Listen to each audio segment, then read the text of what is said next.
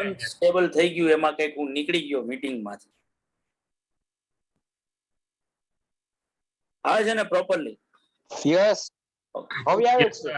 હા, good good. Okay, તો હું થોડીક વાર મારો વિડિયો જે છે એ બંધ રાખું છું બાળકો. તમને ખાલી અત્યારે સ્ક્રીન જ દેખાશે, કારણ કે થોડુંક ઇન્ટરનેટ અત્યારે અનસ્ટેબલ થઈ રહ્યું છે. Okay, I can understand. We can understand. અરે થેન્ક યુ બકા.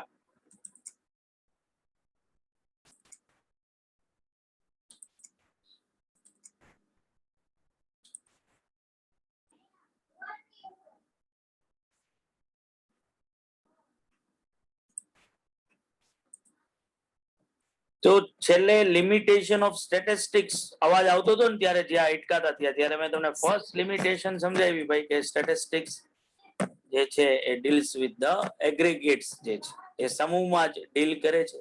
સેકન્ડ લિમિટેશન આપણે ડિસ્કશન કરી રહ્યા હતા કે ભાઈ જે છે એ statistics is concern with quantitative data, એ જે નંબર્સમાં તમે ડેટા બતાવી શકશો એની સાથે સ્ટેટિસ્ટિક્સ જે છે એ જોડાયેલું. આમ સાચું સ્ટેટમેન્ટ તો એ છે કે ક્વોલિટેટિવ ડેટા સાથે પણ જોડાયેલું છે. ક્વોલિટેટિવ ડેટાનું પણ આપણે શું કરી શકીએ છીએ, એનાલિસિસ કરી શકીએ. પણ એઝ અ લિમિટેશનના પોઈન્ટ ઓફ વ્યૂથી જો વાત કરીએ તો જનરલી જે વસ્તુ નંબર્સમાં હશે તો જ સ્ટેટિસ્ટિક્સનો યુઝ આપણે કરી શકીશું. જો વસ્તુ નંબર્સમાં નહીં બતાવો તો તમે સ્ટેટિસ્ટિક્સનો યુઝ પણ કરી શકશો નહીં. થર્ડ લિમિટેશન છે કે મેજોરિટી સ્ટેટિસ્ટિક્સનો યુઝ આપણે પ્રોજેક્શન્સ કરવા માટે કરીએ છીએ. બરાબર, આપણે સેલ્સના પ્રોજેક્શન્સ, આપણે મેથેમેટિકલ મોડેલ બનાવીએ છીએ કે ભાઈ પ્રોડક્શન ઉપરથી સેલ્સ એટલું થશે, કે ઇન્વેસ્ટમેન્ટ કરીએ તો એટલું રિટર્ન જનરેટ થશે.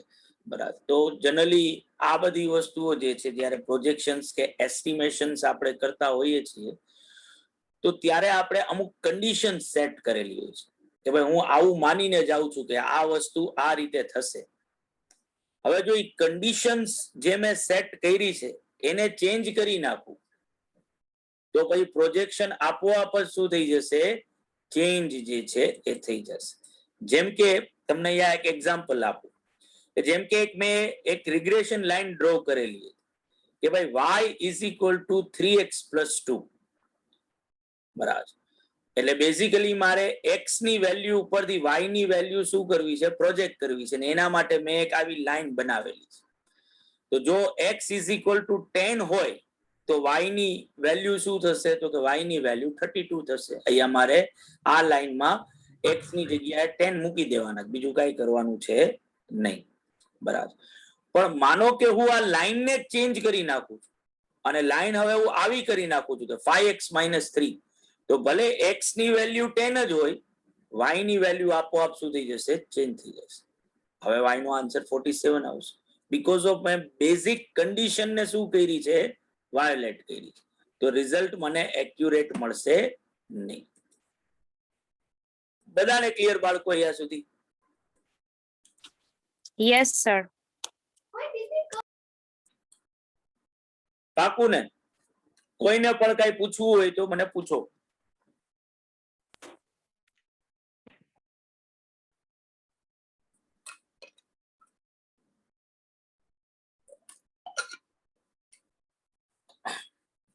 નાઉ ફોર્થ લિમિટેશન છે કે આપણે જનરલી પોપ્યુલેશન ને સમજવા માટે સેમ્પલિંગ નો સહારો લેતા હોઈએ છીએ. The theory of statistical inferences is built upon random sampling. બરાબર, નાઉ આનું નામ જ શું છે, રેન્ડમ સેમ્પલિંગ. યાદચ્છિક નિદર્શ તપાસ. યાદચ્છિક નો મતલબ શું છે, રેન્ડમ નો મતલબ શું, તો કે સેમ્પલમાં આવવા માટેની આઇટમ્સ જે કાંઈ પણ છે, જેને પણ હું સેમ્પલ તરીકે લઈ રહ્યો છું, એના ચાન્સીસ કેવા હોવા જોઈએ, ઇક્વલ હોવા જોઈએ.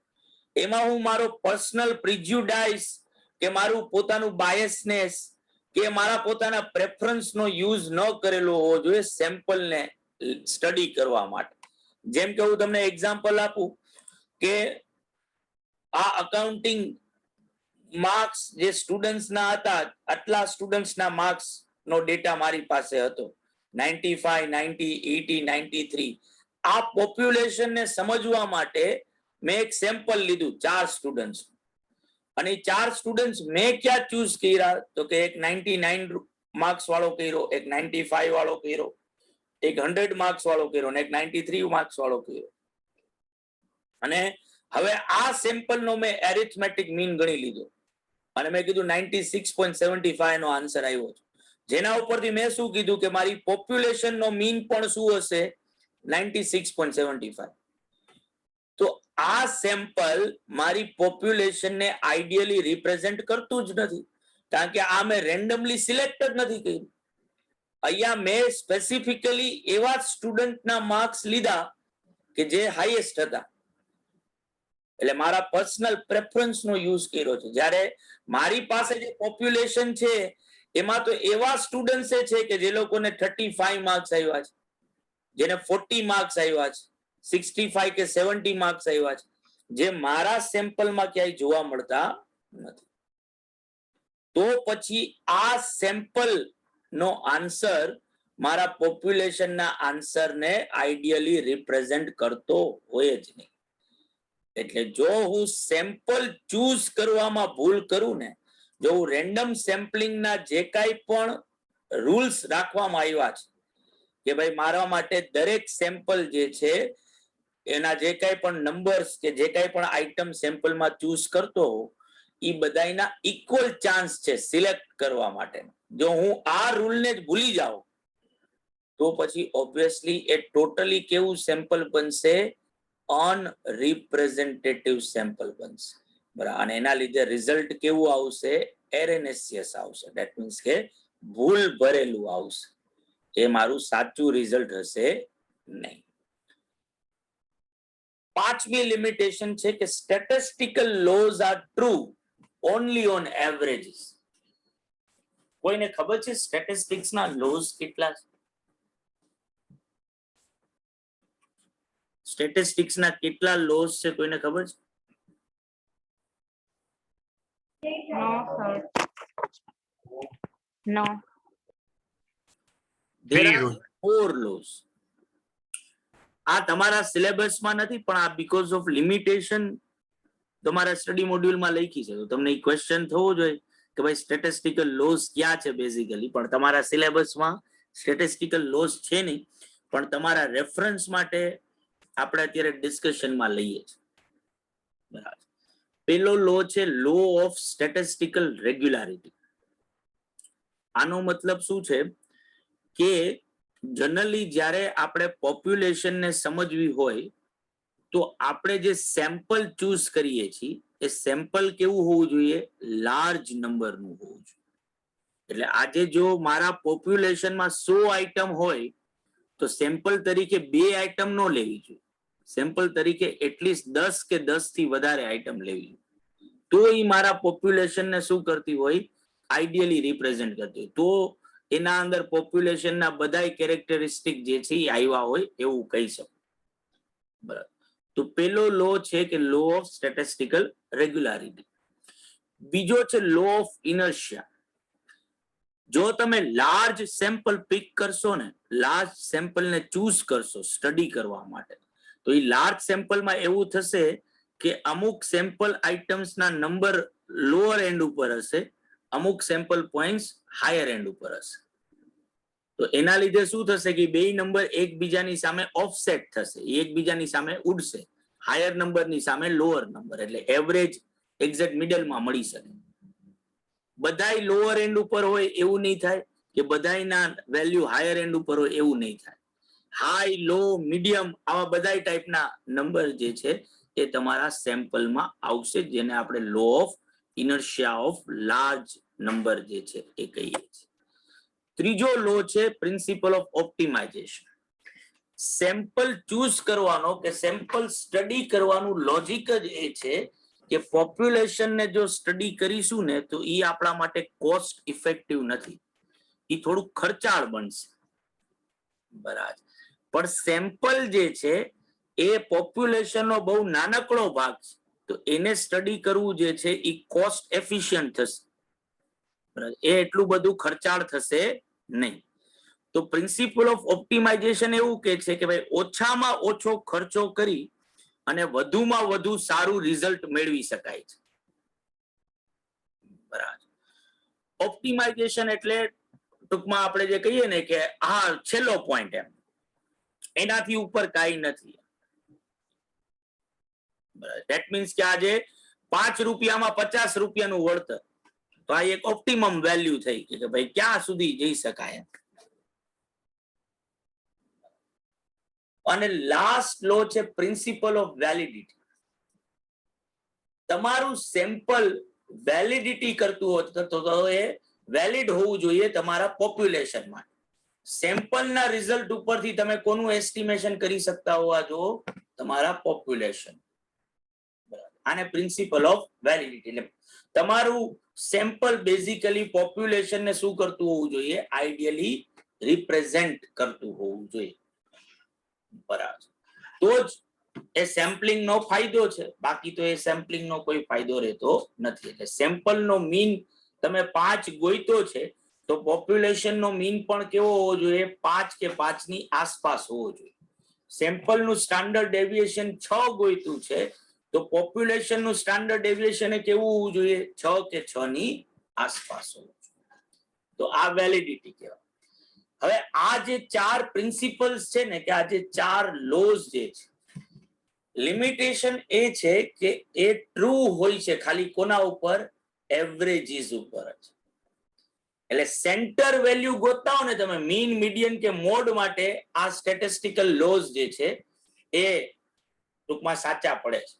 બાકી સ્ટેટિસ્ટિક્સ ની થિયોરી ઉપર આ લોઝ કદાચ લાગુ ન પણ પડે. જેમ કે તમે કોરિલેશન થિયોરી અપનાવો, સહસંબંધની, નિયત સંબંધની, સંભાવનાની, બરાબર, પ્રોબેબિલિટી જેને આપણે કહીએ છીએ, બરાબર, કે ડિસ્પર્ઝન ની વાત કરીએ, પ્રસારમાનના માપો જે છે, તો ત્યાં આ સ્ટેટિસ્ટિકલ લોઝ જે છે સાચા નહીં પડે. સાચા એક શેના ઉપર પડે છે, ખાલી એવરેજ ઉપર. તમે એવરેજ ની વાત કરતા હશો તો ત્યાં સ્ટેટિસ્ટિકલ લોઝ જે છે એ સાચા પડે છે. આ સિવાય બાકી બધી જગ્યાએ અપ્લાય કરી શકાતા નથી. અને લાસ્ટ છે statistics doesn't reveal entire story. આ તો તમને ગઈકાલે મેં લાઈવ એક્ઝામ્પલ આપ્યું હતું. વર્સલને મેં પૂછ્યું હતું કે ભાઈ તારું 10th નું રિઝલ્ટ કે, તો વર્સલે સીધું 94% કહી દીધા હતા કે ભાઈ મને 94% 10th માં આવ્યા. બરાબર. હવે વર્સલે એકચ્યુઅલમાં તો કે વર્સલ કે ગમે તે તમે તમારામાંથી કોઈને પણ લઈ લ્યો, તમે એકચ્યુઅલમાં તો 6 સબ્જેક્ટ આપ્યા, 6 પેપર્સ આપ્યા છે. તો ગુજરાતી, ઇંગ્લિશ, મેથેમેટિક્સ, બરાબર, આ બધામાં વર્સલને 94 નહીં આવ્યા. કોકમાં 94 થી ઓછા આવ્યા હશે, કોકમાં 94 થી વધારે આવ્યા હશે. 94 તો ઈ સબ્જેક્ટની શું છે, એવરેજ. તો સ્ટેટિસ્ટિક્સ જે છે એ આખી સ્ટોરી નથી બતાવતું. એન્ટાયર એટલે પૂરું, બરાબર, એ પૂરેપૂરી સ્ટોરી બતાવતું નથી. એ ખાલી સિમ્પલ એક નંબર ઉપર જ કોન્સન્ટ્રેટ કરશે. એટલે આજે કદાચ વર્સલને ગુજરાતીમાં 70 માર્ક આવ્યા હોય છે ફોર એક્ઝામ્પલ, પણ એના 94% ઉપરથી મને નહીં ખબર પડે કે એનું ગુજરાતી વીક છે, કે એને મેથ્સમાં 100 આઉટ ઓફ 100 આવ્યા હોય તો એના વિશે પણ મને જાણકારી નહીં મળે કે એનું મેથ્સમાં 100 આઉટ ઓફ 100 આવ્યા. તો સ્ટેટિસ્ટિક્સ જે છે એ એન્ટાયર સ્ટોરીને રિવીલ કરતું નથી. આખી સ્ટોરી જે છે એ આપણે જોઈ શકતા નથી. બધાને બાળકો અહીંયા સુધી ક્લિયર? Yes, sir. તો આપણે અહીંયા સુધી જે કર્યું, આપણે ગઈકાલે 5 જેટલા તો આપણે લખ્યા હતા, 5-6 જેટલા MCQs. હવે આગળ વધીએ તો તમારા બુકમાં હવે નેક્સ્ટ ક્વેશ્ચન તમારે લખવાનો છે આ, જે આપણા ગઈકાલના ડિસ્કશન ઉપર જ આમ તો બેઝડ છે.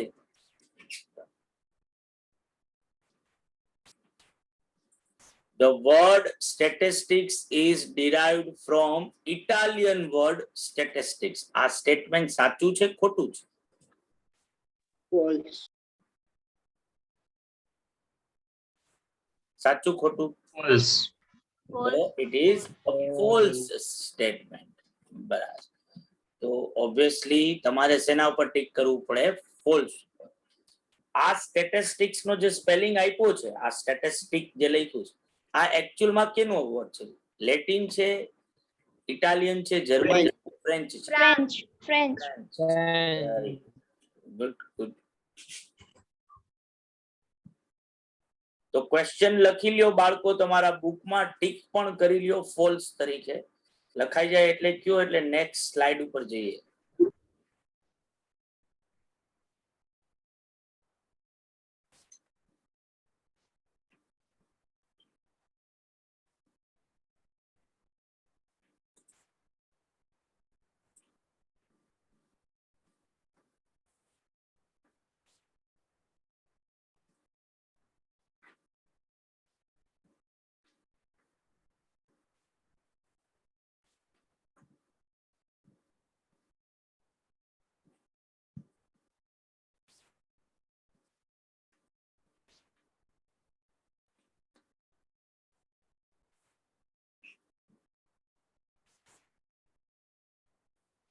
ડન બધાને?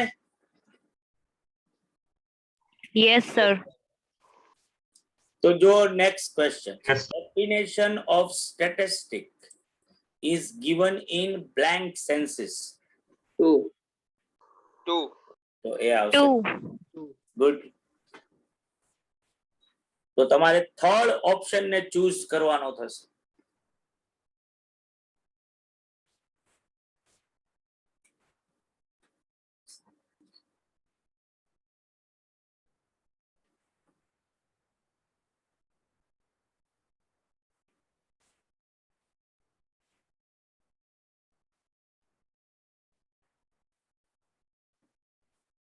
Next. Done, sir.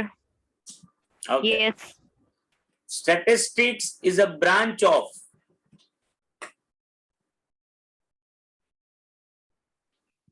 Mathematics.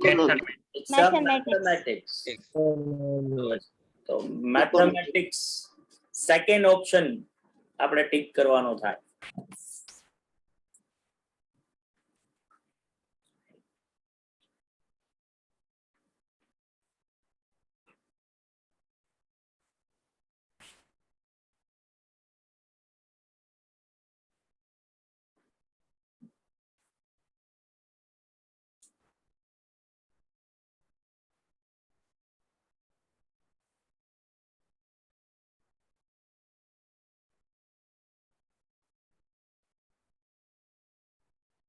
બધાને થઈ ગયું ને? ઓલરાઈટ. તો નેક્સ્ટ ક્વેશ્ચન છે, statistics is applied in All of this. All of this. all of this. All of this. All of this. Very good, very good.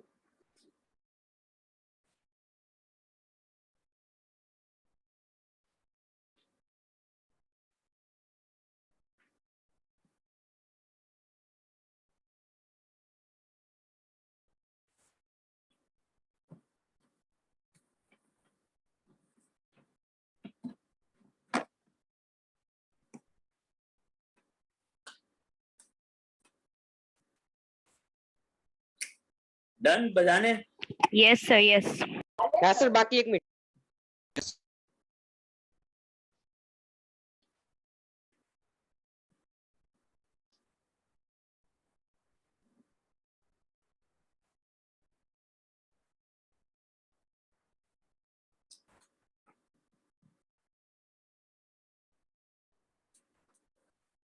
જાઓ ને હવે આગળ. હા sir. So there are blank stages of statistics. 4. Stages of statistics.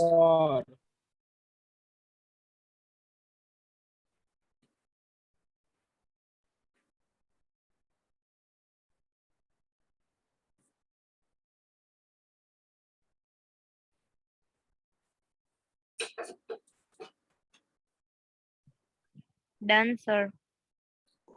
બધાને થઈ ગયું? હા sir. Yes.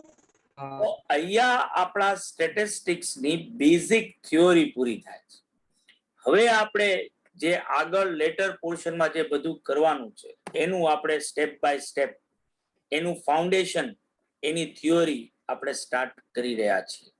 તો હવે આમ જોવા જાવ તો આ ચેપ્ટરનો સાચો પોર્શન અહીંથી સ્ટાર્ટ થાય છે.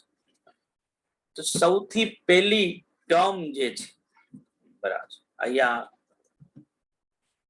કલેક્શન ઓફ ડેટા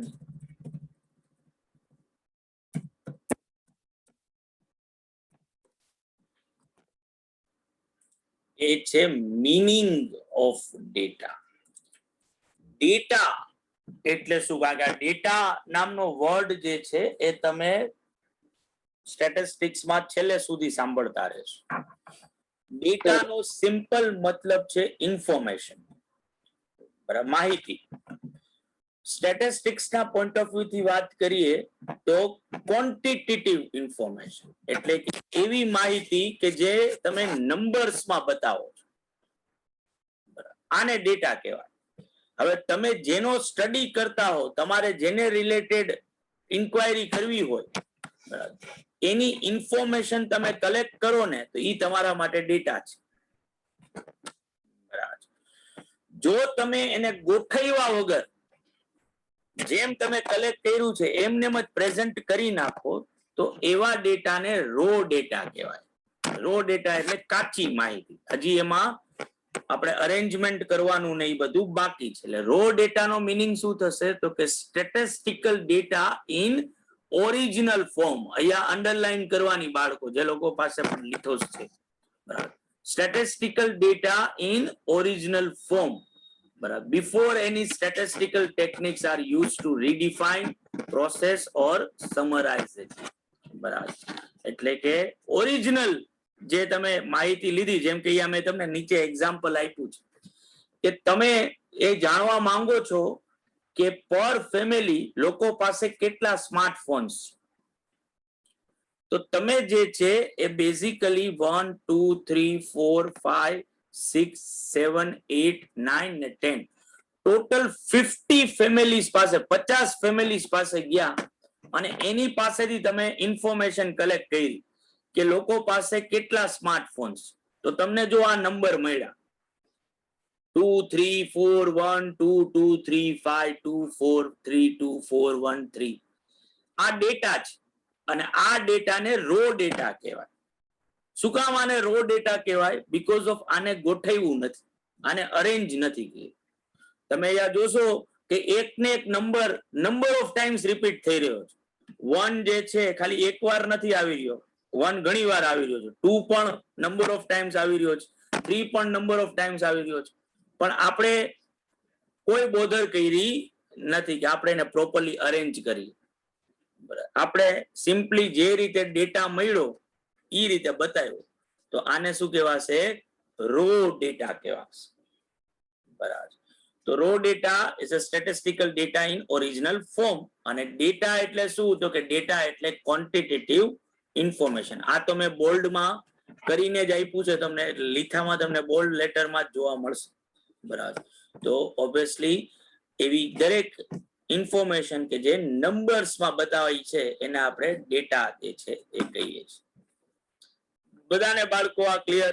કોને ડેટા કહેવાય ને કોને રો ડેટા કહેવાય? Yes, sir. Yes, sir. Okay. કોઈને કાંઈ પણ ન સમજાતું હોય તો મને પૂછી લેજો ભાઈ. આગળ જઈએ તો ટાઈપ્સ ઓફ ડેટા કેટલા? આ પણ મહત્વની વસ્તુ કે જેનો ક્વેશ્ચન આપણને પૂછી શકાય, બરાબર. જો મારે બેઝિકલી ઇન્ફોર્મેશન, હું જે સબ્જેક્ટ નું સ્ટડી કરી રહ્યો છું એ સ્ટડી રિલેટેડ જો મારે ઇન્ફોર્મેશન કલેક્ટ કરવી હોય, બરાબર, તો હું જે છે એ બે રીતે કલેક્ટ કરી શકું. કાં તો એ ઇન્ફોર્મેશન પ્રાઇમરી વે થી કલેક્ટ કરી શકાય અને કાં એ સેકન્ડરી વે થી કરી શકાય. એટલે ડેટા કયા ટાઈપના હોય? પ્રાઇમરી ડેટા અને સેકન્ડરી ડેટા. પ્રાઇમરી ડેટા કોને કહેવાય? તો કે પ્રાઇમરી ડેટામાં જે ઇન્વેસ્ટિગેટર જે છે એ ફર્સ્ટ હેન્ડ પોતે જ એને જે કોઈ ઇન્ફોર્મેશન જોઈએ છે એ ફર્સ્ટ ટાઈમ પોતે જ પોતાના પર્પઝ માટે કલેક્ટ કરી રહ્યો છે, તો એ ડેટા પ્રાઇમરી ડેટા કહેવાય. જેમ કે અહીંયા તમે નીચે ડેફિનેશનમાં વાંચશો કે data which are collected for the first time by an investigator or agency are known as primary data. જેમ કે આજે હું તમારી પાસેથી તમારા 10માના કોઈ સબ્જેક્ટ્સના માર્ક્સની ઇન્ફોર્મેશન કલેક્ટ કરું તો આ ડેટા પ્રાઇમરી ડેટા છે, કારણ કે મારે એ માર્ક્સ જોતા હતા, બરાબર, અને મેં તમારી પાસેથી કલેક્ટ કર્યા. આવું પહેલી વાર જ મારે જ જોઈએ છે મારા પોતાના સ્ટડી માટે, બરાબર, અને હું ક્યાંય બીજા ઉપર રિલાય નથી કરતો, હું પોતે જ એ વસ્તુ કલેક્ટ કરી રહ્યો છું ફર્સ્ટ ટાઈમ. પણ સેકન્ડરી ડેટા એટલે શું? તો કે સેકન્ડરી ડેટા એટલે આ ઇન્ફોર્મેશન કોઈક બીજાએ કલેક્ટ કરી, જેનો યુઝ હું મારા પર્પઝ માટે કરી રહ્યો છું, એટલે હું બઠવી રહ્યો છું ઇન્ફોર્મેશન. જેમ કે આજે મારે રિલાયન્સ ઇન્ડસ્ટ્રીના છેલ્લા 5 વર્ષમાં કેટલું રિટર્ન એને જનરેટ કર્યું છે ઈ મારે જોઈએ છે, ઈ ઇન્ફોર્મેશન, ઈ ડેટા જોઈએ છે. તો મેં શું કર્યું? તો કે હું એનએસસી ની સાઇટ ઉપર ગયો અને એનએસસી ની સાઇટ ઉપર રિલાયન્સ ઇન્ડસ્ટ્રીના યર ઓન યર બેઝિસ ઉપર રિટર્નનો ડેટા લખ્યો. મેં યાથી છેલ્લા 5 વર્ષનો ડેટા બટવી લીધો. તો આ ડેટા મેં નહોતો કલેક્ટ કર્યો. આ ડેટા કોણે કલેક્ટ કરેલો હતો? એનએસસી ની સાઇટ, એનએસસી એ કલેક્ટ કરેલો, જેણે પોતાની વેબસાઇટ ઉપર મૂકેલું હતું. મેં મારા પર્પઝ માટે ત્યાંથી એ ઇન્ફોર્મેશન શું કરી બેઠું. તો મારા માટે એ ડેટા સેકન્ડરી ડેટા બને, એ પ્રાઇમરી ડેટા બને નહીં. પ્રાઇમરી ડેટા છે ને મારે કલેક્ટ કરવો પડે, એટલે પ્રાઇમરી ડેટાની હંમેશા મેથડ્સ હોય. બરાબર, મારે એ વસ્તુ મારી રીતે એ વસ્તુ શું કરવી પડે? ટૂંકમાં કલેક્ટ કરવા જવી પડે. તો એ કઈ રીતે થશે એની અલગ અલગ મેથડ્સ હોય. જ્યારે સેકન્ડરી ડેટાનું સોર્સ હોય, સેકન્ડરી ડેટા જે છે એ કોકે ઓલરેડી કલેક્ટ કરેલો છે, મારે યાથી શું કરવાનો છે? ઉપાડવાનો છે, બરાબર. તો data are known to be secondary if data is being already collected are used by the different person or agency. તો એ સેકન્ડરી ડેટા બને. બધાને બાળકો આ પણ clear? Yes, sir. Yes, sir. પાકું ને? પાક્કું, sir. પાક્કું. કોઈને પણ કઈ ક્વેશ્ચન હોય તો મને પૂછો, ક્યાંય પણ ન સમજાણું હોય.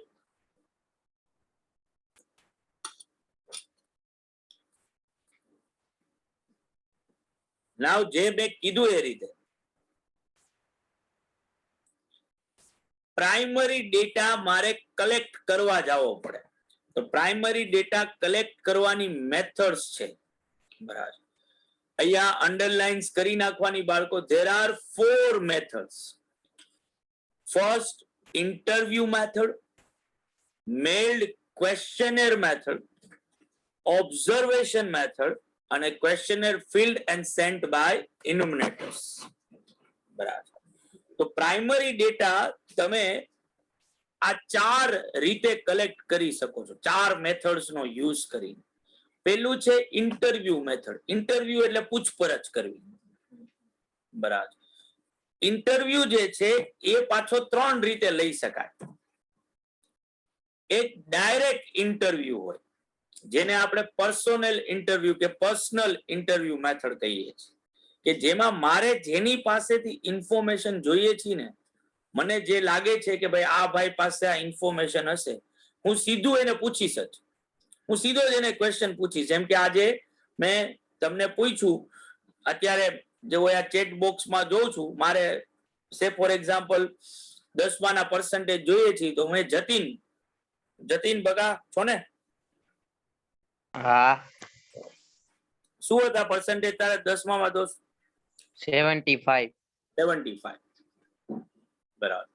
આ જે મેં ઇન્ફોર્મેશન, આ નંબરમાં ઇન્ફોર્મેશન આવી મારી, અને મેં ઇન્ટરવ્યુ લીધો, જતીનને મેં ક્વેશ્ચન પૂછ્યો, અને મારે જેને પૂછવો હતો, જેની પાસેથી મારે ઇન્ફોર્મેશન જોઈતી હતી, મેં મેળવી લીધી, બરાબર. તો investigator meets the respondent directly and collects the required information. તો એ મેથડ ને શું કહેવાય? પર્સનલ ઇન્ટરવ્યુ મેથડ ઓર direct interview method.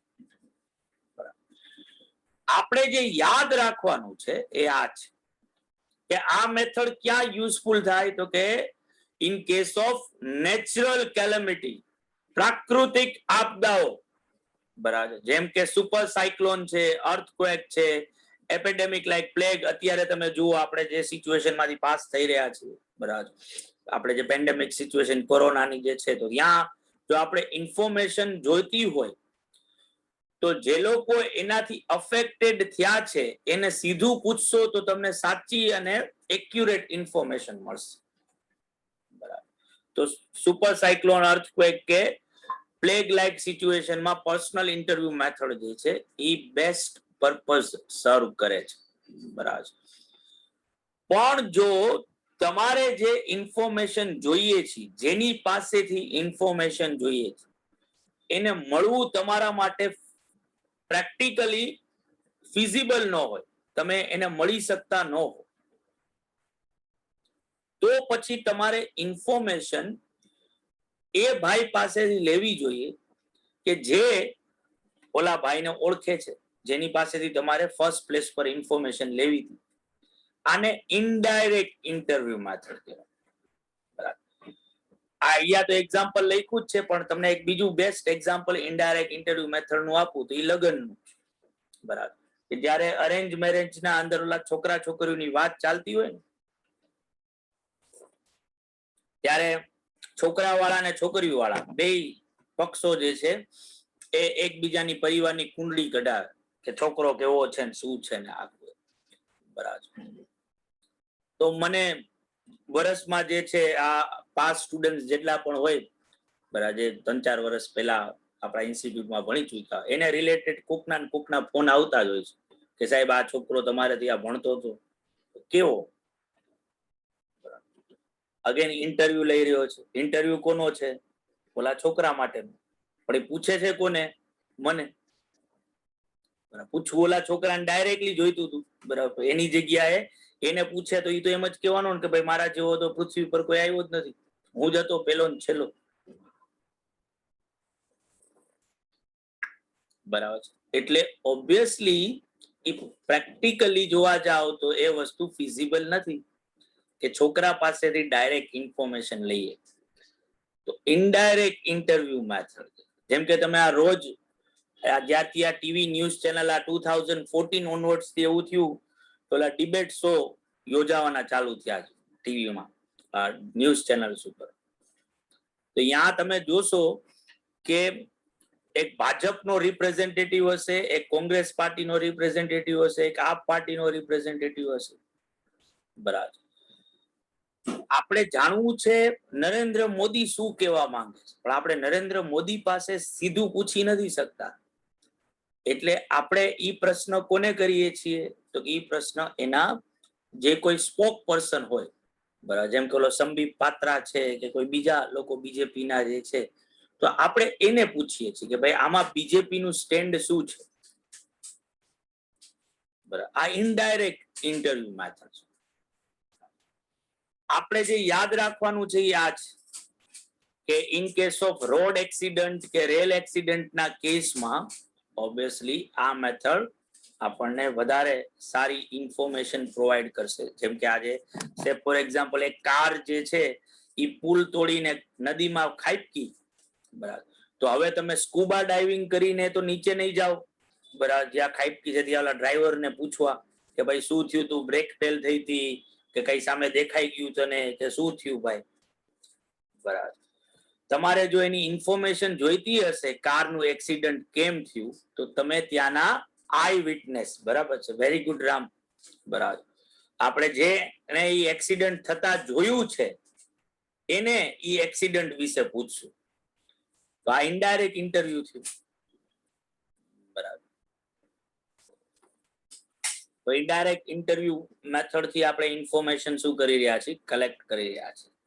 Third one છે ટેલિફોનિક ઇન્ટરવ્યુ મેથડ. આ સૌથી ક્વિકેસ્ટ અને રાધર લેસ એક્સપેન્સિવ વે છે ઇન્ફોર્મેશન કલેક્ટ કરવાનો. ન્યૂઝ ચેનલ વાળા તો આનો જ ભરપૂર યુઝ કરે છે. કે તમે વિચારો કે આજે કેરલાના અંદર જોરદાર વાવાઝોડું આવ્યું છે, અત્યારે 80-90 ની સ્પીડે પવન ફૂંકાઈ રહ્યો છે આખો, તો ઓલો ભાઈ દિલ્હીના પોતાના એર કન્ડિશન સ્ટુડિયોમાં બેઠા બેઠા, બરાબર, કે મુંબઈના એર કન્ડિશન સ્ટુડિયોમાં બેઠા બેઠા આપણને કેરેલાના પિક્ચર બતાવે, બરાબર. આવું શું કામ પોસિબલ થયું? કારણ કે ઈ ભાઈ સીધો વિડીયો કોલ કર્યો અને ત્યાં કેરેલામાં ઈ સ્પોટ ઉપર એના પોતાના કોરસ્પોન્ડન્ટ પત્રકારો યા છે જ કે જે એને ફોન ઉપર સીધી માહિતી આપી રહ્યા છે રિયલ ટાઈમમાં.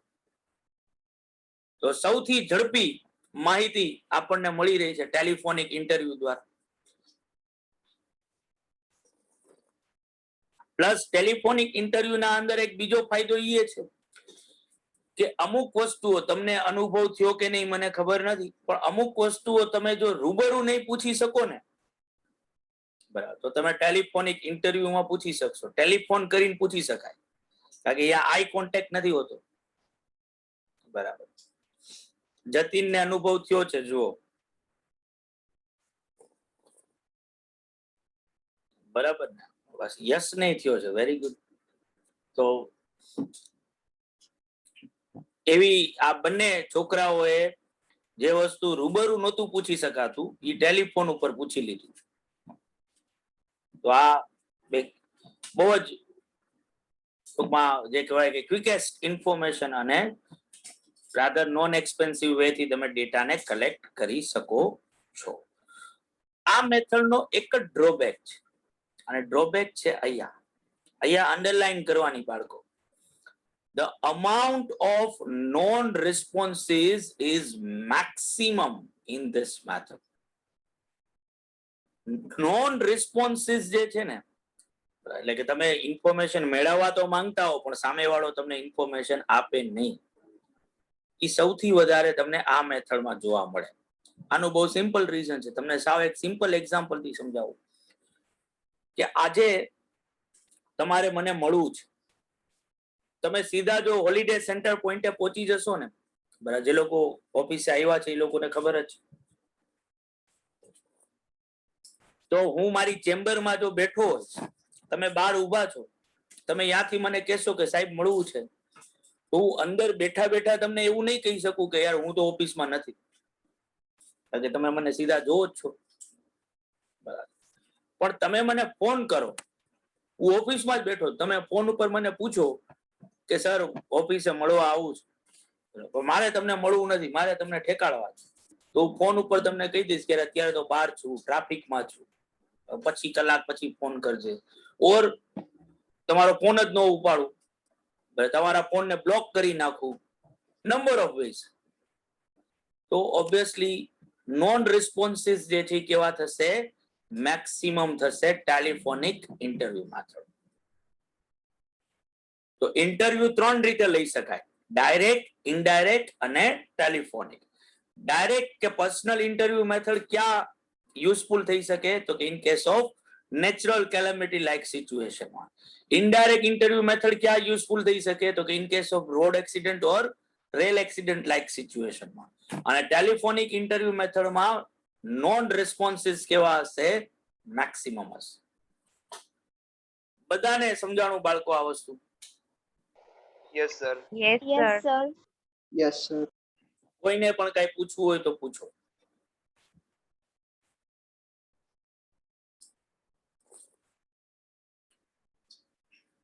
ઓલ રાઈટ, તો આગળ વધીએ.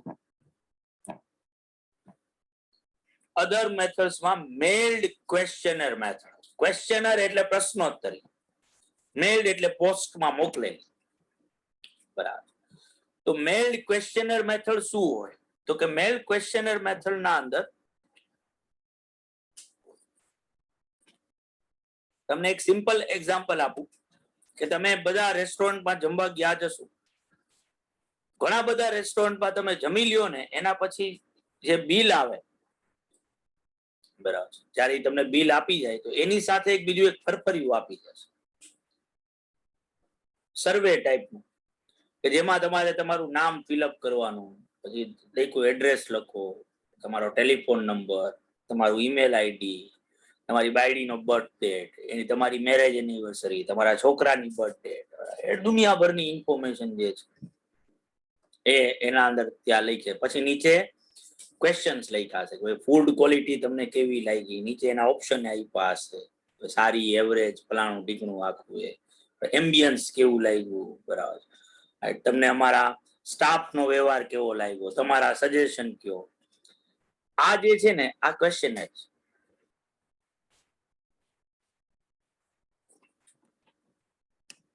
એક સબ્જેક્ટ રિલેટેડ તમે શું કરી રહ્યા છો, એક સબ્જેક્ટ રિલેટેડ તમે એક વેલ જે કહીએ કે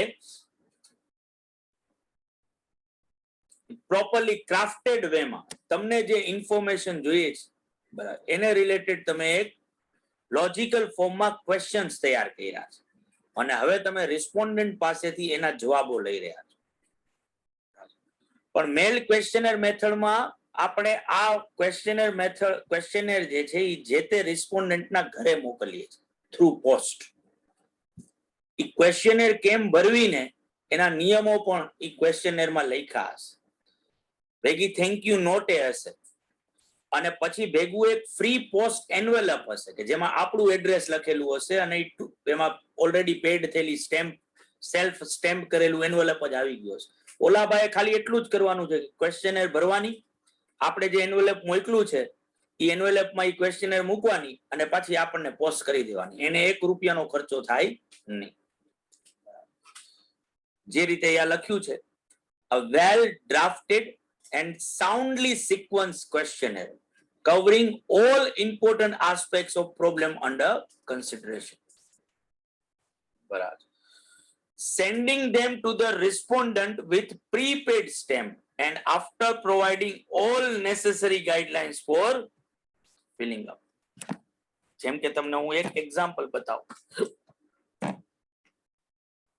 જુઓ આ ક્વેશ્ચન છે, જો અહીંયા please answer this question by putting tick mark. આ કઈ રીતે ક્વેશ્ચનર ભરવી એના નિયમો જો અહીંયા લખ્યા છે, બરાબર.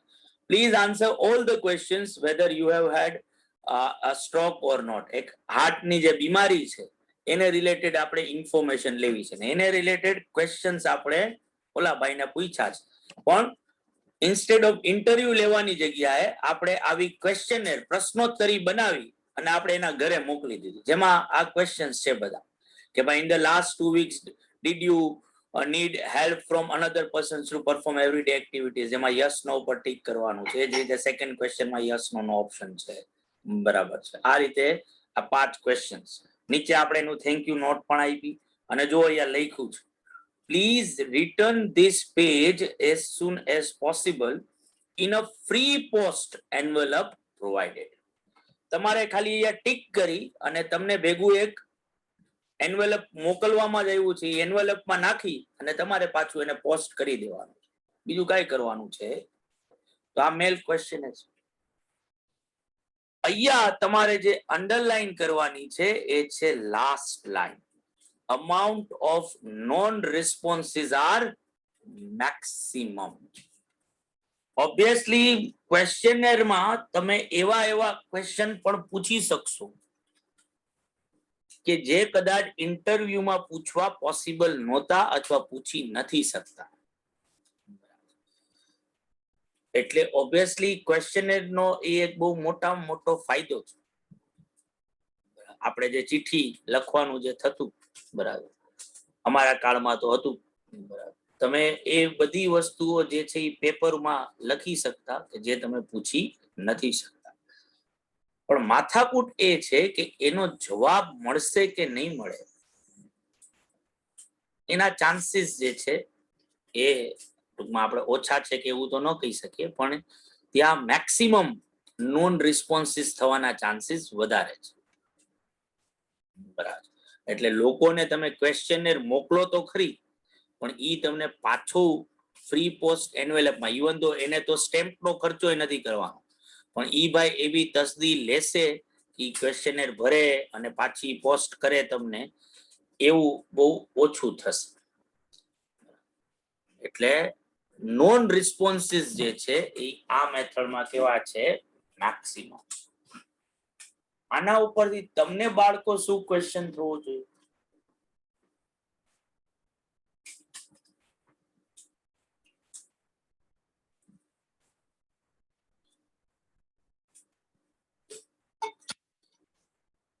આ લાસ્ટ લાઈન ઉપરથી તમને કઈ કન્ફ્યુઝન ક્રિએટ થાય છે? જે લાસ્ટ લાઈન લખી છે એના પર. ઈ ટેલિફોન માં હતું. હા, વેરી ગુડ. કારણ કે અમાઉન્ટ ઓફ નોન રિસ્પોન્સીસ જે છે એ ટેલિફોનિક ઇન્ટરવ્યુ મેથડમાં પણ લખે. તો જો મને ક્વેશ્ચન એવો પૂછાય ફાઇનલ એક્ઝામમાં કે ભાઈ amount of non responses is maximum in blank method, તો મારે શું આન્સર આપે? બે લખવાના ને? હા, વેરી ગુડ. પણ એ ટોટલી ડિપેન્ડ કરે છે એ વાત ઉપર કે તમને કયા ટાઈપના ઓપ્શન્સ આપવામાં આવ્યા. જો તમારો ઓપ્શન હોય ઇન્ટરવ્યુ મેથડ, મેલ ક્વેશ્ચનર મેથડ, ઓબ્ઝર્વેશન મેથડ અને questioner Saint and field by enumerators, તો તમારે શું ટીક કરવાનું છે? મેલ્ડ ક્વેશ્ચનર મેથડ. બરાબર. પણ જો તમારા 4 ઓપ્શન હોય, personal interview method, indirect interview method, telephonic interview method અને નન ઓફ ધીસ, તો શું ટીક કરવાનું છે? Telephone interview. Telephone interview. જો તમારા ઓપ્શન હોય telephonic interview method, mailed questionnaire method, બરાબર, either A or B or none of this, તો શું ટીક કરવાનું છે? Either A A or or B. પણ જો તમારા ઓપ્શન હોય telephonic interview method, mailed questionnaire method, observation method અને questionnaire filled and sent by enumerators, તો તમારે બાય ડિફોલ્ટ ટીક કરવાનું છે મેલ્ડ ક્વેશ્ચનર મેથડ. જો મારે ચૂઝ કરવાનું આવે ને કે ટેલિફોનિક ઇન્ટરવ્યુ મેથડ કે મેલ ક્વેશ્ચનર માંથી મારે કોઈ એકને ચૂઝ કરવાનું છે, તો મારી ચોઈસ હંમેશા શેની હશે? મેલ્ડ ક્વેશ્ચનર મેથડ. કેમ એવું? ઓબ્વિયસલી એટલા માટે કારણ કે ટેલિફોનિક ઇન્ટરવ્યુ મેથડ જે છે is a subset of interview method. સૌથી વધારે યુઝ થતી મેથડ ડેટા કલેક્શન કરવા માટેની જે છે એ મેલ્ડ ક્વેશ્ચનર મેથડ છે. ટેલિફોન તું કેટલા લોકોને કરી શકીશ? 10 લોકોને, 15 લોકોને, 50 લોકોને. આજે માન કે તારે કોઈ ઇન્ફોર્મેશન કલેક્ટ કરવી છે સીએ કરતા સ્ટુડન્ટ્સના પાસ્ટ એકેડેમિક રેકોર્ડ્સ રિલેટેડ, તો શું તું જેટલા સીએ માં રજીસ્ટર્ડ થયા છે બધાને ફોન કરવા જઈ શકીશું? નો. એની જગ્યાએ મેલ ક્વેશ્ચનર મેથડમાં તું ક્વેશ્ચનર મોકલી શકીશ. યસ. જો મારે ચોઈસ કરવી હોય બે વચ્ચે, તો પછી ઓબ્વિયસલી મારે શું ચૂઝ કરવું જોઈએ? મેલ્ડ ક્વેશ્ચનરી મેથડ. આ બધાને એટલે બધાને ક્લિયર બાળકો? Yes sir. પાક્કું ને? ઓકે. નાઉ થર્ડ વન છે ઓબ્ઝર્વેશન મેથડ. આનો તો તમે લોકોએ ઓબ્વિયસલી જે કે એક્સપિરિયન્સ તમે લોકોએ કર્યો છે, મેં કર્યો છે, તમે લોકોએ કર્યો છે સ્કૂલના અંદર. Observation method is the best method for data collection. જો મને પૂછે ને કે ભાઈ data collect, primary data collection કરવાની બેસ્ટ મેથડ કઈ છે, તો મારો આન્સર ઓબ્ઝર્વેશન મેથડ હશે. ઓબ્ઝર્વેશન મેથડ એના નામ પ્રમાણે આપણે જે કોઈ સબ્જેક્ટ છે એને ઓબ્ઝર્વ કરીએ છીએ, બરાબર, એને જોઈ અને એના ઉપરથી ઇન્ફોર્મેશન કલેક્ટ કરીએ છીએ. સ્કૂલના અંદર આપણે આ કરતા, આપણા એવરી 6 મંથસે કે એવરી 3 મંથસે આપણા હાઇટ નો ડેટા લેવામાં આવતો. તો આપણા ઓલા એક ઓલા શું કહેવાય કોમન સ્પેસ ના અંદર જે છે, મારી સ્કૂલમાં તો એવું હતું કે ઓલી ફૂટપટ્ટી ડ્રો કરેલી હતી અને પછી એક એક જણાને રોલ નંબર અમારા ક્લાસ ટીચર બોલાવે, રોલ નંબર પ્રમાણે એક એક જણાએ જવાનું અને ભીત પાસે ઊભું રહી જવાનું. બરાબર. ઓલા ફૂટપટ્ટીમાં જેટલા ઇંચ કે જેટલા સેન્ટીમીટર હોય એ મારા રોલ નંબરની સામે એ ત્યાંથી જોઈ અને લખી લે. આ જ રીતે અમારું વેઇટ કરવામાં આવતું હતું. બરાબર. તો ઓલા વેઇંગ મશીન રાખવામાં આવેલું જ હતું. બરાબર. આપણો જે વજન કાંટો જે છે આખો એક એક સ્ટુડન્ટને બોલાવી અને એનો વજન કરી અને વજનમાં જેટલા કાંટા ઉપર નંબર આવતા એ પ્રમાણે એનું રેકોર્ડિંગ જે છે એ થતું. આ ઓબ્ઝર્વેશન મેથડ જ્યાં આપણે ડેટાને શું કરીએ છીએ, ડેટા કલેક્ટ કઈ રીતે કરીએ છીએ તો કે ડાયરેક્ટ ઓબ્ઝર્વેશન કરીને અથવા તો કોઈ ટૂલ્સનો યુઝ કરી. આ best method of data collection છે, પણ આ જનરલી એવી જગ્યાએ જ યુઝફુલ થાય છે જ્યાં સ્મોલ ઇન્ક્વાયરી કરવાની, જ્યાં નંબર્સ કેવા છે, ઓછા છે. જો નંબર્સ વધારે હશે તો આ એક ટાઈમ કન્ઝ્યુમિંગ એક્સરસાઇઝ થઈ જશે, લેબોરિયસ થશે અને ટાઈમ કન્ઝ્યુમિંગ પણ થશે. એટલે ઓબ્ઝર્વેશન મેથડમાં મારે યાદ રાખવાનું છે આ best method of data collection. અહીંયા અંડરલાઈન કરી નાખવાની. બધાને આ મેથડ પણ ક્લિયર ભાઈ? Yes sir. અને લાસ્ટ મેથડ છે question is filled and hello enumerators. Hello sir. કોણ કોણ કોણ? હા કૃષ્ણા બોલ. આ લેબોરિયસ નો મીનિંગ શું થાય? લેબોરિયસ એટલે મજૂરી કામ, મજૂરી જેવું. અચ્છા. બહુ તારે ટૂંકમાં મહેનત, ઘણી બધી મહેનત કરવી પડે એમાં. Okay okay.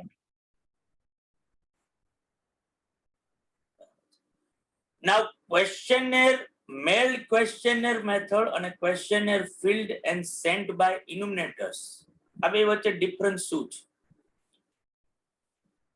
તો કે આ મેલ્ડ ક્વેશ્ચનર ના અંદર ક્વેશ્ચનર જે છે આપણે જેની પાસેથી ઇન્ફોર્મેશન જોઈએ છીએ ને એના એડ્રેસ ઉપર આપણે મેલ કરીએ છીએ અને ઈ ભાઈ પણ ઇન્ફોર્મેશન ભરી અને આપણને ઈ એન્વેલપમાં નાખી અને પાછું મોકલી દે છે. જ્યારે જે ફોર્થ મેથડ છે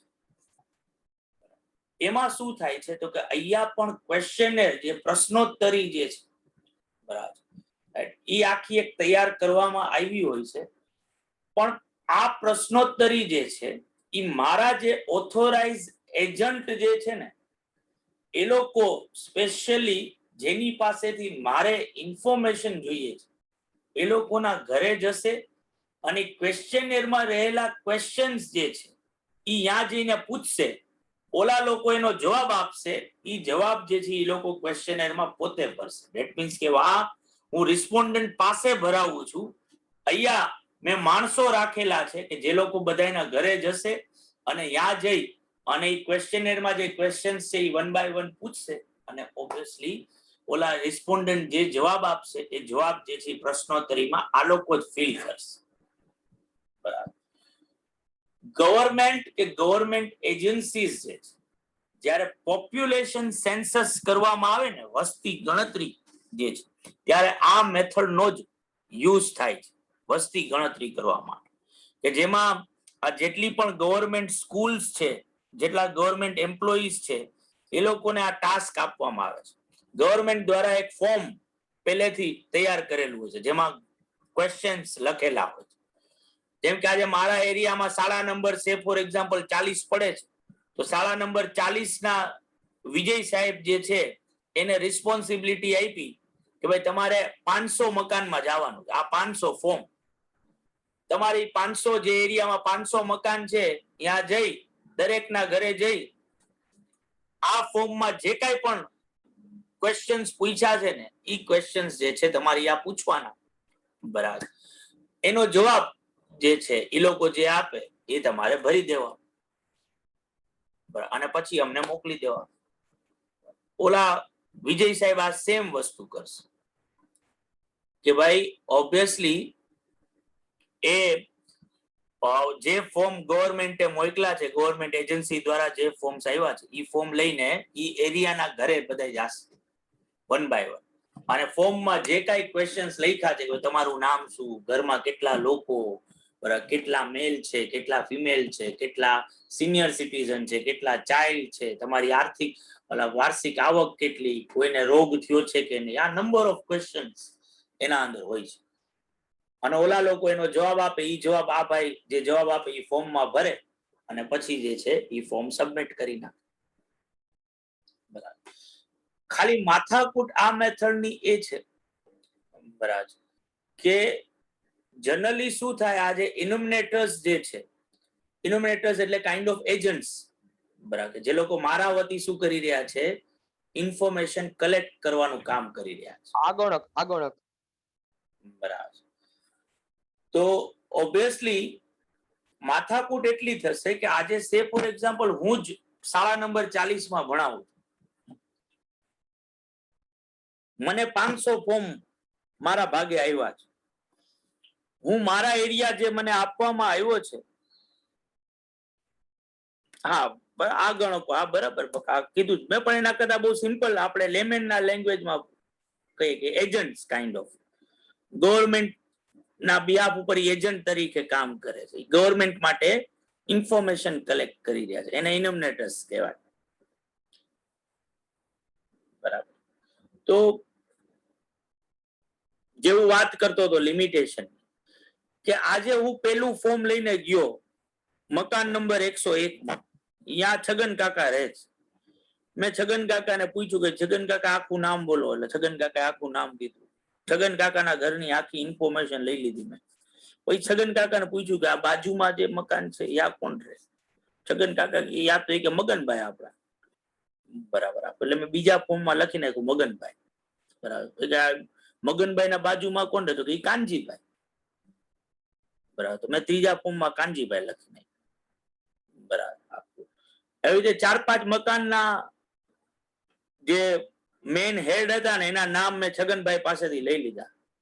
પછી હું સીધો સ્કૂલે આવી ગયો અને પછી આરામથી યા મારી ખુરશી ઉપર પંખો બંખો ચાલુ કરી અને મગનભાઈએ લગ્ન કર્યા નથી, બરાબર, તોય હું અહીંયા લખી નાખીશ કે મગનભાઈના 2 બાળકો છે, બરાબર, એક પત્ની, 2 બાળકો, બરાબર. મારી રીતે પછી જે મનમાં આવે ને ભરી નાખીશ. મગનભાઈના ઘરે હું ગયો નહીં. બરાબર, એટલે 500 માંથી હું ખાલી જઈશ 50 લોકોના ઘરે, ફોર્મ 500 ના ભરીશ. એટલે જે ઓથેન્ટિસિટી હોય ને ઇન્ફોર્મેશન ની, કે આ લોકોએ જે ઇન્ફોર્મેશન સબમિટ કરી રહ્યા છે એ કેટલી સાચી છે, બરાબર, એનું અસેસમેન્ટ કરવું અઘરું થઈ જાય આ મેથડ. પણ આ મેથડ યુઝફુલ ત્યારે થાય જ્યારે તમારે જિયોગ્રાફિકલી એક બહુ જ વાઇડ એરિયાને કવર કરવો હોય, ખૂબ જ મોટો, જેમ કે આપણે આખા ભારત દેશની વસ્તી ગણતરી કરવી છે. બરાબર, મને યાદ નથી આવતું મારા જીવનકાળમાં કે મારા ઘરે કોઈ વસ્તી ગણતરી માટે આવ્યું હોય આજ સુધી. નહીં તો every 10 years A government of India જે છે વસ્તી ગણતરી કરાવે છે. Every 10 years. તો ઓબ્વિયસલી એ પોપ્યુલેશન સેન્સસ ના અંદર આ માથાકૂટ થાય. આ જે મેથડ જે એ લોકો યુઝ કરી રહ્યા છે, પણ આ એક વન ઓફ ધ મેથડ તો છે જ ડેટાને કલેક્ટ કરવા માટે. કોઈને પણ બાળકો અહીંયા સુધી કાંઈ પણ ન સમજાણું હોય તો મને કહો.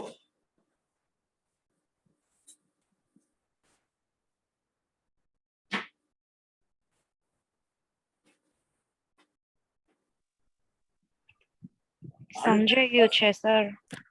બધાને ક્લિયર છે ને બાળકો? Yes sir. ઓકે. તો નાઉ નેક્સ્ટ પાર્ટ જે છે એ છે સેકન્ડરી ડેટા. મેં કીધું એ રીતે કે સેકન્ડરી ડેટાની મેથડ ન હોય. સેકન્ડરી ડેટાના શું હશે? શું હશે બાળકો? સોર્सेस. Very good. તો સેકન્ડરી ડેટાના સોર્સિસ. સેકન્ડરી ડેટા ના 4 સોર્સિસ ને તમે 4 પાર્ટ્સમાં વહેંચી શકો. એક international sources, WHO World Health Organization આપણે હમણાં જોઈએ જ છીએ, બરાબર. મારે જો ઇન્ડિયાના અંદર COVID-19 થી ઇન્ફેક્ટેડ લોકો કેટલા છે એ જાણવું હોય, બરાબર, કે ગુજરાતમાં કે રાજકોટમાં, બરાબર, તો આની ઇન્ફોર્મેશન જે છે WHO કલેક્ટ કરે છે, બરાબર. અને WHO ની જે WHO ઇન્ફોર્મેશન જે કલેક્ટ કરી છે એ ઇન્ફોર્મેશન હું મારા પર્પઝ માટે હું શું કરી રહ્યો છું? યુઝ કરી રહ્યો છું. તો મારા માટે એ ઇન્ફોર્મેશન કેવી બને? સેકન્ડરી. ડેટા પર, કારણ કે આ ડેટા મેં નથી કલેક્ટ કર્યો. આ ડેટા કોણે કલેક્ટ કર્યો હતો? તો કે ઓબ્વિયસલી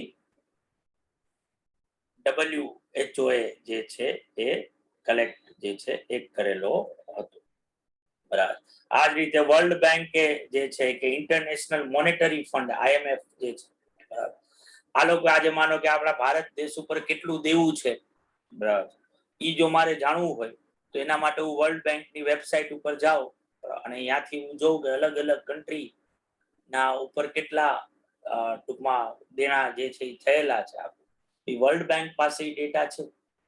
હું એની સાઇટ ઉપરથી મારા રિસર્ચ માટે ડેટા બઠવી લઉં તો મારા માટે એ કેવું બનશે? તો કે મારા માટે સેકન્ડરી ડેટા જે છે એ બનશે. તો ઇન્ટરનેશનલ સોર્સ જે છે એ મારા માટે જે છે એ સેકન્ડરી ડેટાનું કામ જે છે એ કરશે.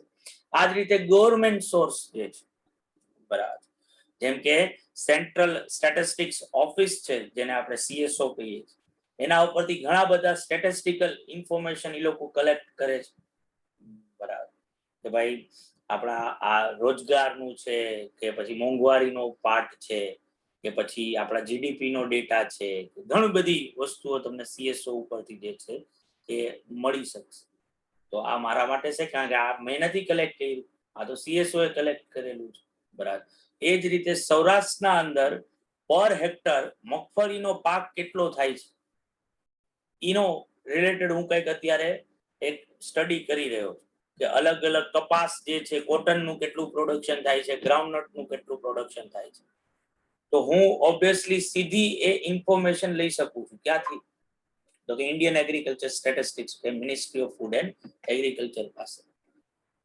તો આ સેકન્ડરી ડેટા મારા માટે થશે. તો ગવર્મેન્ટ સોર્સ જે છે એ પણ મારા માટે જે છે એ ઓબ્વિયસલી સેકન્ડરી ડેટા માટેનો સોર્સ જે છે એ બનશે. બરાબર છે.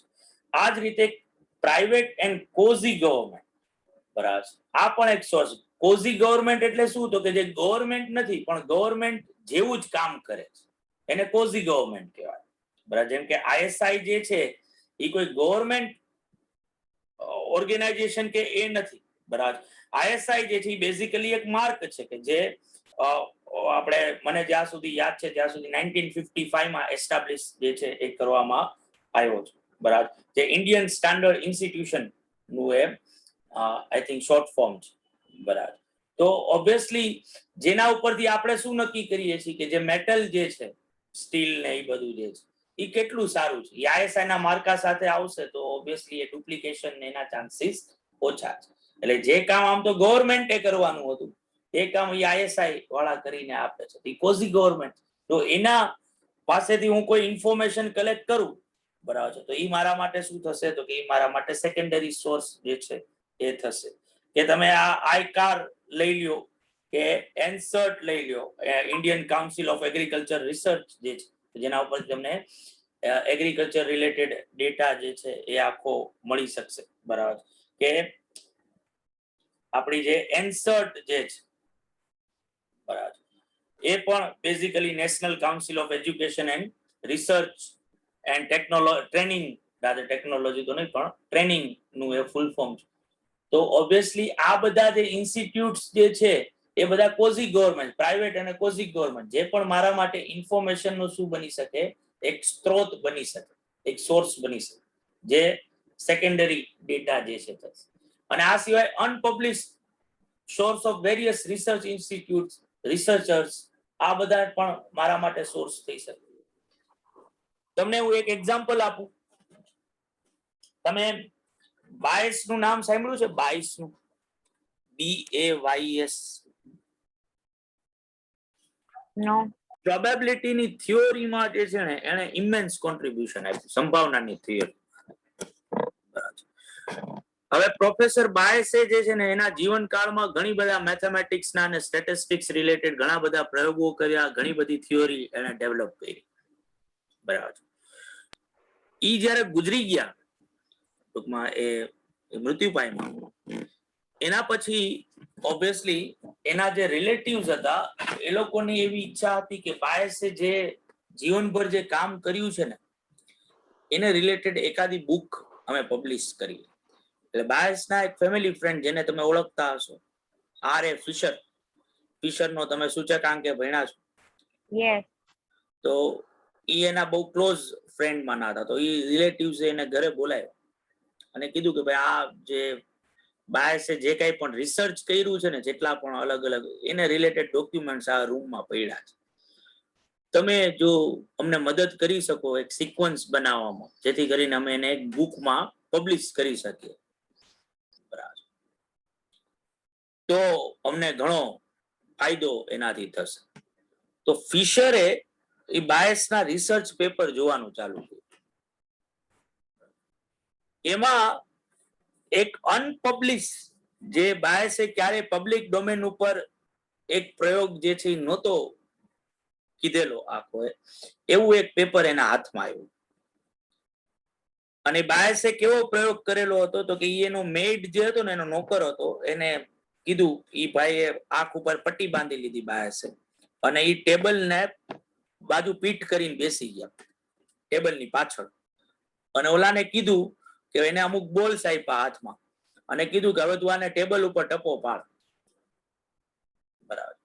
ઓલા ભાઈ ટપો પેલા બોલનો ઘા કર્યો ટેબલ ઉપર, બરાબર. બાયસે એને કીધું કે ભાઈ તારે કઈ કહેવાની મને જરૂર નથી કે ટપો ક્યાં પડ્યો, બરાબર. હવે તું બીજો બોલ લે અને પાછો ટપો પાડ. ઓલાએ બીજી વાર ટપો પાડ્યો, બરાબર. બાયસે એને પૂછ્યું કે ભાઈ આ જે ટપો પડ્યો ઈ જે પેલો બોલ ઘા કર્યો હતો ત્યાં જ પડ્યો, એની જમણી બાજુ પડ્યો, એની ડાબી બાજુ પડ્યો, એનાથી આગળ પડ્યો, એનાથી પાછળ પડ્યો? ઓલા એને કીધું કે ભાઈ આવું થયું, બરાબર. બાયસે એને ત્રીજી વાર કીધું કે પાછો બોલનો ઘા કર્યો. ઓલા પાછો બોલનો ઘા કર્યો, બરાબર. બાયસે પાછો સેમ ક્વેશ્ચન કર્યો કે જે બીજી વાર ટપો પાડ્યો હતો, બરાબર, એની સામે આજે ત્રીજી વાર ટપો પાડ્યો તો ત્રીજો બોલ થ્રો કર્યો, ઈ ટપો ક્યાં પડ્યો? બીજા ટપ્પાની બાજુમાં પડ્યો, એક્ઝેક્ટ ત્યાં જ આવ્યો, આગળ પડ્યો, પાછળ પડ્યો, ક્યાં પડ્યો?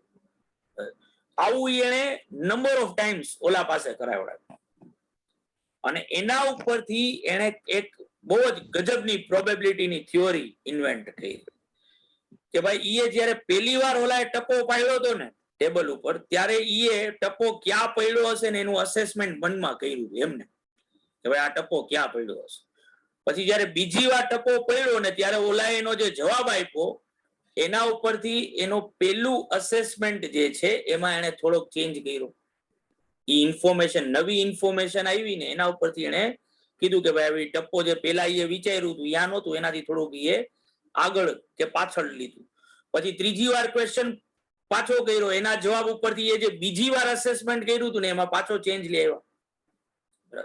એના ઉપરથી એને એવું સાબિત કરીને આપ્યું કે જેમ જેમ નવી ઇન્ફોર્મેશન આવતી જાય ને, બરાબર, એમ એક જ ઘટના બનવાની પ્રોબેબિલિટીના અંદર શું આવતો જાય? ચેન્જ આવતો જાય. એની સંભાવનામાં પણ ચેન્જ આવે, એની પ્રોબેબિલિટીમાં પણ ચેન્જ આવશે.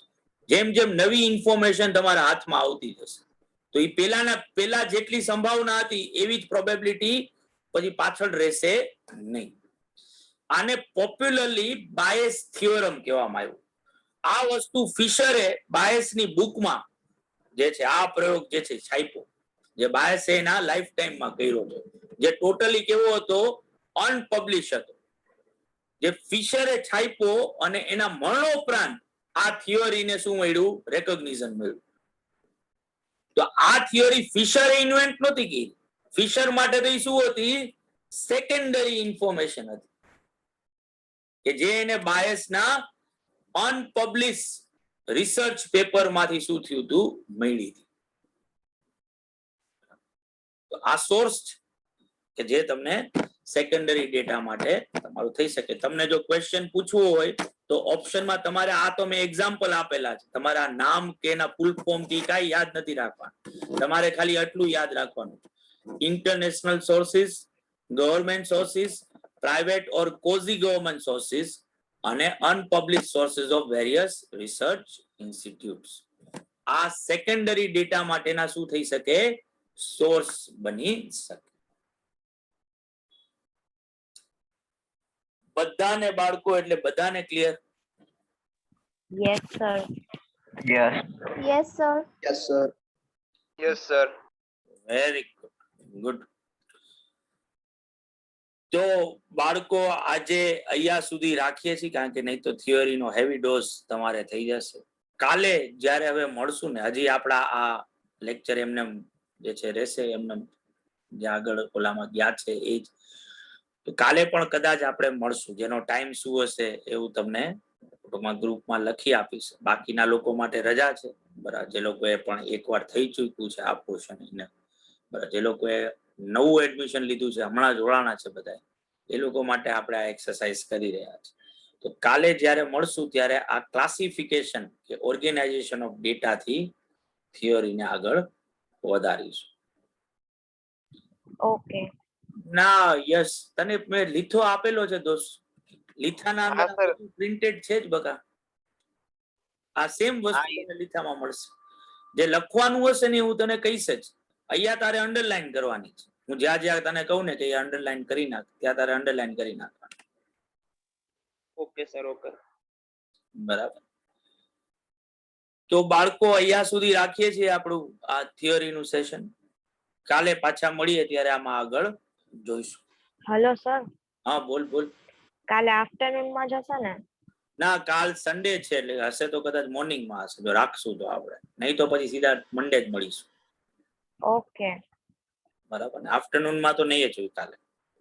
કાલ આમ તો ઓફિશિયલી રજા હોય છે, પણ આપણા સ્ટેટિસ્ટિક્સ માટે એક્સ્ટ્રા મળીશું કાલે. Yes, sir. Okay, done. Okay. તો આવજો બાળકો બધા. Bye bye, Tata, C you. Sir. આવજો. આવજો. સર, બોલ બોલ બોલ. સર કાલે કોઈ કારણસર મીટિંગ અટેન્ડ ન કરી શકી તો રેકોર્ડિંગ. હા, હું તને આ 3 લેક્ચર આજે રાત સુધીમાં મૂકી દઈશ બકા. ના કાલે સન્ડે માં જ મીટિંગ અટેન્ડ કરી શકું એમ નથી, એટલે પૂછું કે. ઓકે, હા તો ઈ તને મંડે ટ્યુઝડે નું મળી જશે. મોજ કર. રેકોર્ડિંગ જોતો કાલે હોય તો હા, ટૂંકમાં તારા જે પણ લેક્ચર મિસ થયા હશે ને એનું રેકોર્ડિંગ તને મળશે જ બકા. ઓકે, એટલે સન્ડે નું મિસ થયું છે તો મંડે ના મળી જાય. હા, એટલે કદાચ એવું બને કે મંડે કદાચ ન મળે પણ ટ્યુઝડે મળે, પણ મળશે ખરી. ઓકે. કાલ રજા છે ને? કાલ આમ આપણી રજા નથી બકા.